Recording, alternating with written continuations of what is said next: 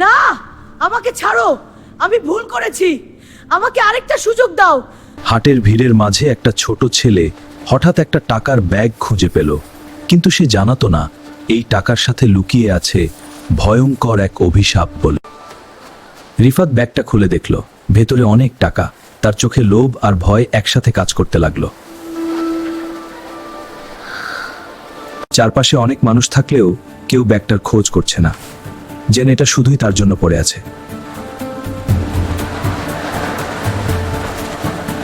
সে ভাবলো, এই টাকা দিয়ে তো আমি অনেক কিছু করতে পারি, নতুন জামা, ভালো খাবার, কিন্তু এটা কি আমার ঠিক হবে? শেষে সে সিদ্ধান্ত নিল, না, কাউকে বলবো না, এই টাকা আমি রেখে দেব। কেউ তো দেখেনি। বাড়িতে ফিরে সে টাকাটা লুকিয়ে রাখল। মাকে কিছুই বলল না, কিন্তু তার মনে অদ্ভুত একটা অস্বস্তি কাজ করতে লাগলো।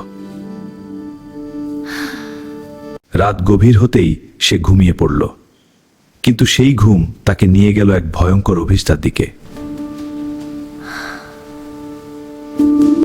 সে নিজেকে একটা কবরস্থানে দাঁড়িয়ে থাকতে দেখল, চারপাশে শুধু অন্ধকার আর নিঃশব্দ ভয়। হঠাৎ এক কবর কাঁপতে শুরু করলো, মাটি ফেটে খুলে গেল আর ভেতর থেকে ভয়ঙ্কর শব্দ আসতে লাগলো। একটা অদৃশ্য ছায়া বলল, অন্যের হক নেওয়ার শাস্তি খুব ভয়ঙ্কর।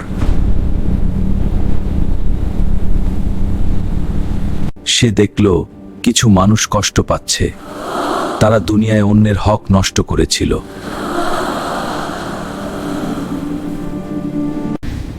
তার শরীর কাঁপতে লাগলো। আমি কি একই ভুল করেছি? আমারও কি এমন হবে?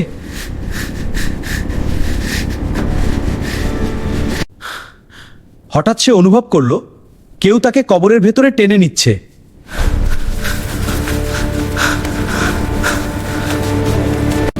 না, আমাকে ছাড়ো, আমি ভুল করেছি, আমাকে আরেকটা সুযোগ দাও।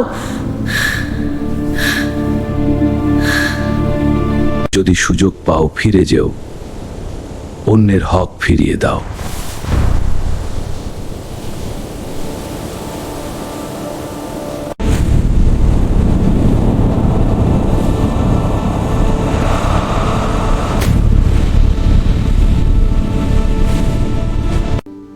সকাল হতেই সে সিদ্ধান্ত নিল, আজই আমি সেই টাকার মালিককে খুঁজে বের করব।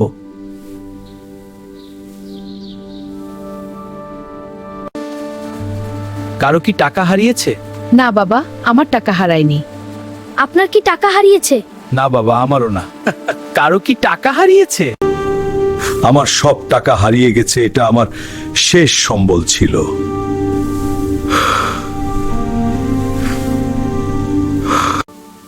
এটা কি আপনার?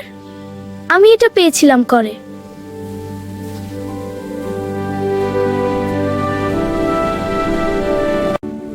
আল্লাহ তোমাকে রক্ষা করুন, তুমি আমার জীবন বাঁচিয়ে দিলে।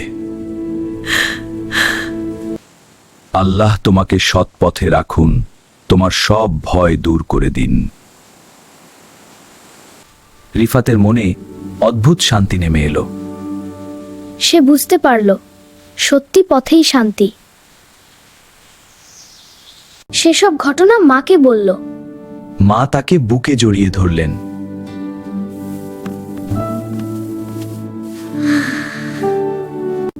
বাবা, সৎ থাকা কখনো বৃথা যায় না, আল্লাহ সব দেখেন।